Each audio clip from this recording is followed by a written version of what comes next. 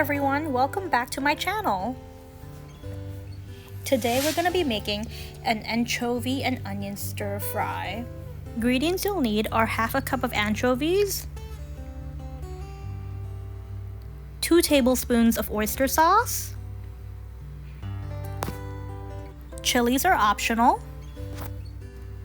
slice up 2 Bombay or yellow onions, heat up your oil, then throw in your anchovies,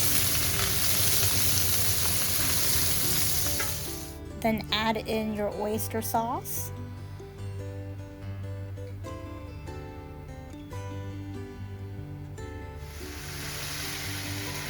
put in the onions,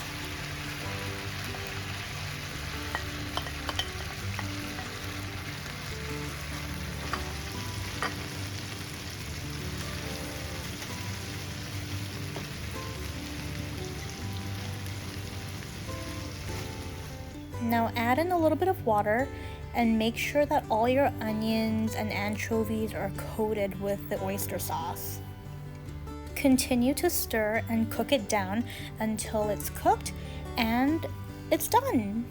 This is a super quick and easy meal that you can make when you're busy. If you like this video, please subscribe and thank you for watching.